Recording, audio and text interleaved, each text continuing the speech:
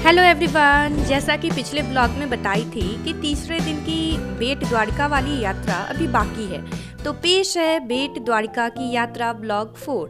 पीछे के सारे टेंपल घूमते हुए हम दोपहर के करीब पहुंच चुके हैं ओखा और यहाँ से 5 किलोमीटर की दूरी पर है बेट द्वारका।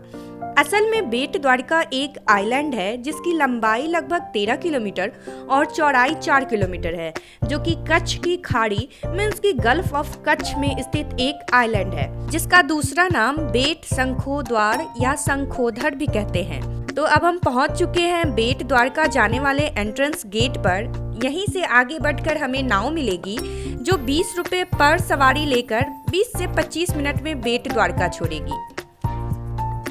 हेलो एवरीवन, तो द्वारका से होते हुए नागेश्वर धाम और गोपी धाम की यात्रा करते हुए हम पहुंचे हैं यहाँ पे बेट द्वारका जाने के लिए।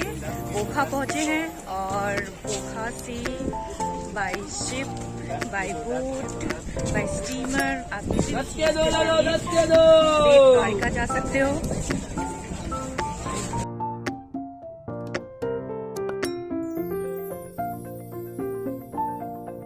चिलचिलाती धूप ने हम सब की हालत खराब कर दी थी, इसलिए आप लोगों को ये कहूँगी कि ठंड के मौसम में ही आना, गर्मी के मौसम में आना कहीं तक उचित नहीं है। तो फिलहाल धूप से हमारी एक्साइटमेंट को कोई फ़र्क नहीं पड़ा।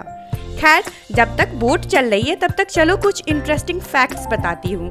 वो ये कि यहाँ ऐसे सीधे जाओगे तो कराची पहुँच जाओगे, इसलिए देखो वहाँ जो बोट या शिप दिख रही है वो नेवी वालों की है।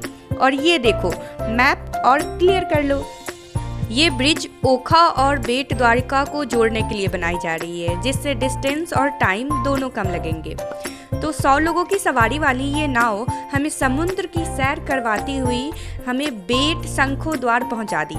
हिस्ट्री बिहाइंड द बेट शंखोधर और शंखोद्वार इज कि यह द्वारिका में अपने शासन के वर्षों के दौरान भगवान श्री कृष्ण का वास्तविक निवास स्थान था। यहाँ का बेट शब्द भेंट शब्द से लिया गया है, जिसको इंग्लिश में गिफ्ट बोलते हैं, और शंखोधर इसलिए क्योंकि यह आइलैंड जो है शंख शेप के समान है। इस वजह से इस आइलैंड को बेट शंखोधर या शंखोद्वार बोलते हैं। फाइनली वी रीच देयर बेट द्वारका।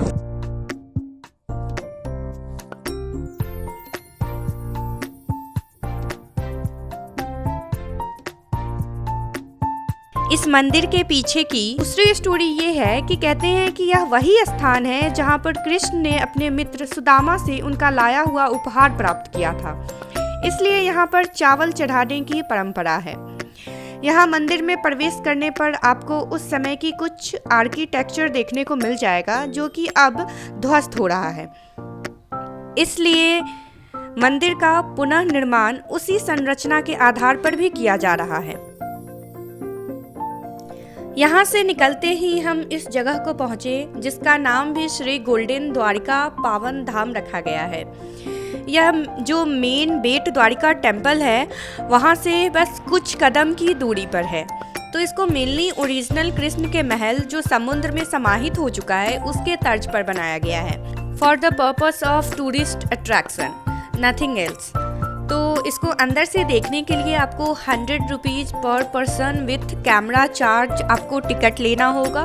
फिर आप इसको अंदर से घूम सकते हो और इसके अंदर बहुत ही प्यारे ढंग से है ना, मतलब इसका आर्किटेक्ट किया गया है जो मिरर वर्क से है मेनली, जो बहुत ही खूबसूरत लगता है। तो अगर आपको घूमना हो तो आप इस जगह पर भी आकर विजिट कर सकते हो, नो डाउट बहुत ही अच्छा लगेगा आपको।